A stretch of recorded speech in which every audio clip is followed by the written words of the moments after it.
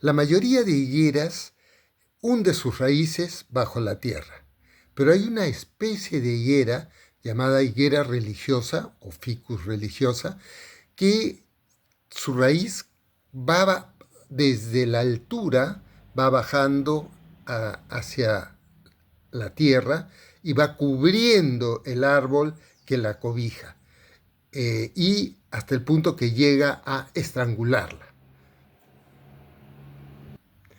Esta higuera da nombre a la película que les comento hoy, La semilla de la higuera sagrada.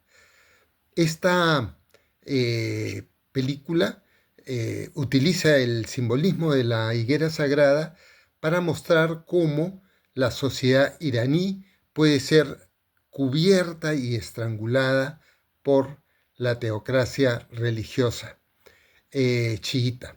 Y la idea es como una metáfora, ¿no? De lo que por otra parte es un thriller de suspenso muy bueno, pero que va más allá del género y se proyecta a un tema social y político que tiene que ver con la violencia contra las mujeres, el fanatismo religioso y el estado paranoico y la autonomía de las mujeres finalmente. Desde el punto de vista dramático, esta es prácticamente una obra maestra. Son tres historias en una. Y todo este drama político, familiar, policial, tiene tres personajes principales. Uno es el padre, el otro es la madre, y luego las dos hijas de este matrimonio, una que está terminando el colegio y la otra que está entrando a la universidad.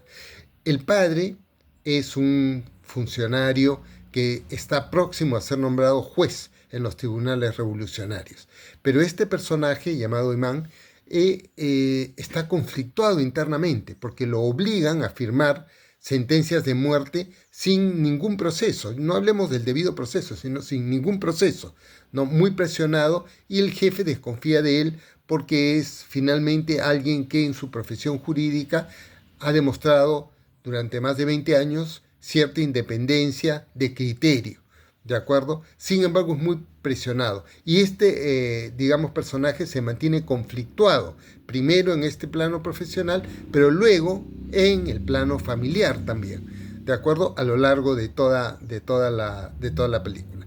La esposa.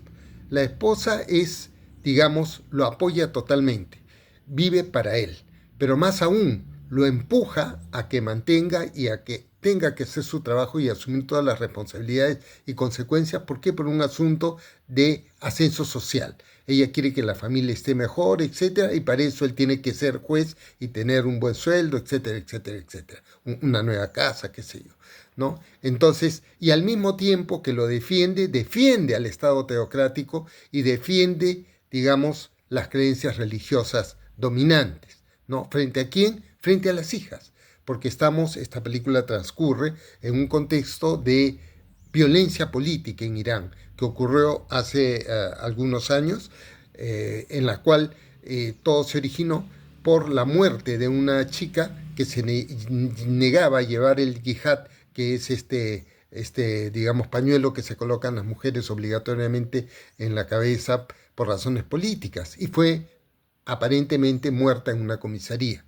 No, aunque hay versiones contradictorias, esto fue digamos, la mecha que estalló una gran protesta de las mujeres y también de muchos hombres contra el régimen teocrático. Y es en este contexto en el cual se instaura la película. Entonces las hijas están viviendo digamos,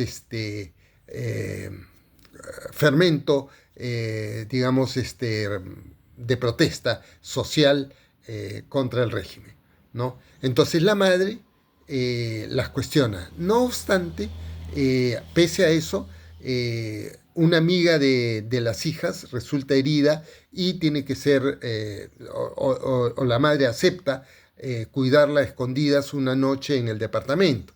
Y más adelante incluso acepta interceder ante una amiga común de la pareja, del padre y la madre, en los servicios de seguridad para averiguar cuál es su ubicación, porque ha sido, digamos, capturada, ¿no? Entonces, no obstante esto, ella siempre se mantiene, digamos, a favor del padre y a favor del régimen, y las hijas como que cuestionan un poco la situación, ¿no?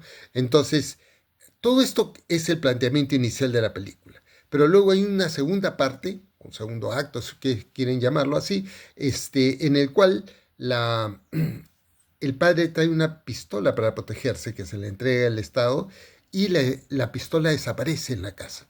Entonces, ahí él cambia un poco, ¿no? Y se vuelve y comienza a ser asimilado a la paranoia del poder del Estado, ¿no? Porque teme perder todo, teme perder su puesto, ser degradado y quizás algo peor, ¿no? Entonces se genera una situación intensamente de gran tensión dramática y conflicto en torno a este tema, ¿de acuerdo? Y entonces lo que es la paranoia pública del Estado totalitario que se enfrenta a las protestas, etcétera, se vuelve una paranoia interna dentro de la familia porque él tiene que averiguar cómo ocurre esto, ¿no? Hay una segunda parte donde hay una investigación y una tercera parte que ya ocurre fuera de la ciudad donde que es Teherán, la capital, y donde comienza, dicho sea de paso, la película, que es en el sitio donde nació Imán, el protagonista, digamos, masculino, del padre,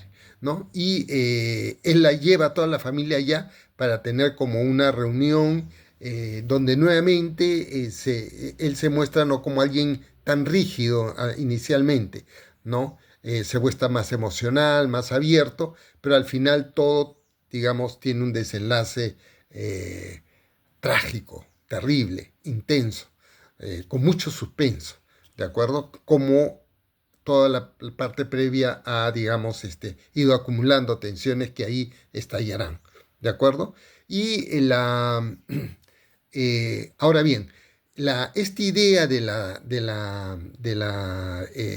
del ficus sagrado, de la planta esta que ahoga digamos, al árbol, que vendría a ser la sociedad iraní, es también una metáfora del fanatismo religioso. O sea, el personaje fanático, el padre, es una persona conflictuada. O sea, no es un personaje maniqueo, no es un personaje unidimensional. Al contrario, aplaca su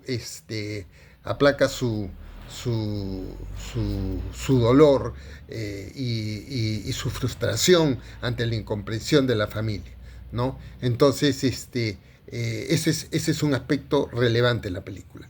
El segundo aspecto tiene que ver con la madre, que en mi opinión es, digamos, el punto central, la parte más interesante, el personaje más fascinante, porque durante gran parte de la película es como el escudo del padre, lo defiende totalmente, ¿no? Hasta que luego en el segundo acto ella también se ve involucrada y al final las hijas durante toda la película le han estado reclamando que por qué lo defiende, por qué ha vivido en función de él, si ve cómo es, ¿no? Y entonces en ese único momento, ya en el tercer acto al comienzo, hacia el final, ella les dice, siempre las he querido proteger a ustedes de lo que es realmente su padre, ¿no? Entonces, en esa pequeña frase se descubre una segunda historia. O sea, hay la historia del padre, ¿no es cierto? Que hasta el final.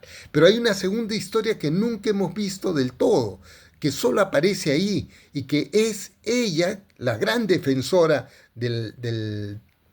digamos, del Estado teocrático y del padre, que realmente ella manifiesta o revela que siempre estuvo al tanto de lo que realmente era la tiranía teocrática.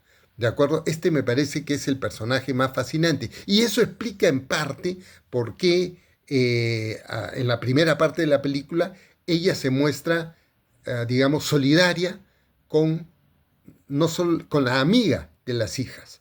¿De acuerdo? Muestra ese nivel de solidaridad, ¿no? Y finalmente, las hijas recién en la parte final es que se muestran tal cual son. Es decir, hay una tercera historia, son tres historias en una, ¿de acuerdo?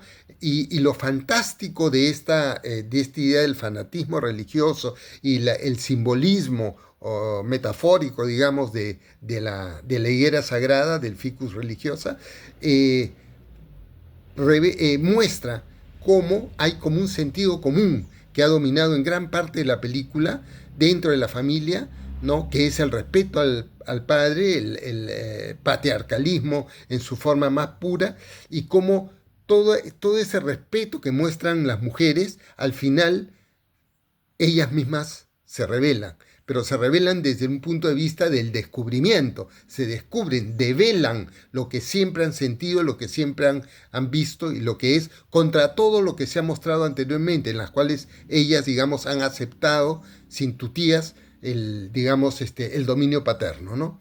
Entonces, y eso es lo fascinante de la película, cómo el destape final, ¿no? Ha sido tan bien preparado, rompiendo lo que es la normalidad, entre comillas, y revelando toda la esencia paranoica del poder religioso. Cabe señalar también de que esta película fue filmada de manera clandestina, porque su director, Mohamed Rasulov, realmente había tenido muchos problemas anteriormente con la censura y con el Estado y el gobierno teocrático.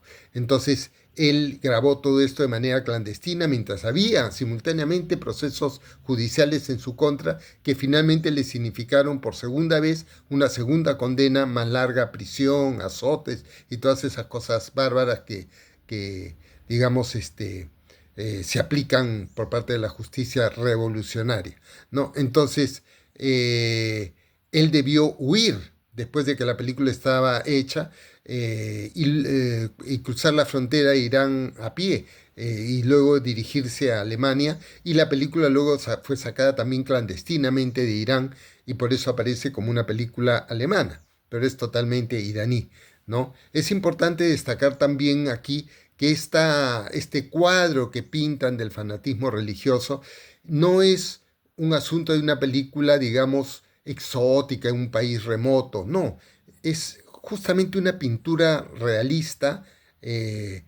verosímil, de lo que es el fundamentalismo religioso, no solo el musulmán, sino también el cristiano, es decir, este concepto que aquí la película desarrolla puede funcionar también en otros países de Europa, de América y de América Latina, ¿no? El extremismo religioso es una de las fuentes principales del giro histórico que estamos viviendo en este momento. Y es por eso importante esta película y valiosa, porque nos permite acceder a este nivel, digamos, de descripción de lo que es el poder totalitario, el poder teocrático, el fanatismo o el fundamentalismo religioso. Pero también dentro de esta metáfora de la higuera sagrada, ¿no es cierto? La película se llama La semilla de la higuera sagrada, y esta idea de la semilla, de la rebelión de las mujeres en Irán, y de la sociedad iraní junto con ellas contra el Estado teocrático, esa semilla también funciona para destruir, ¿no?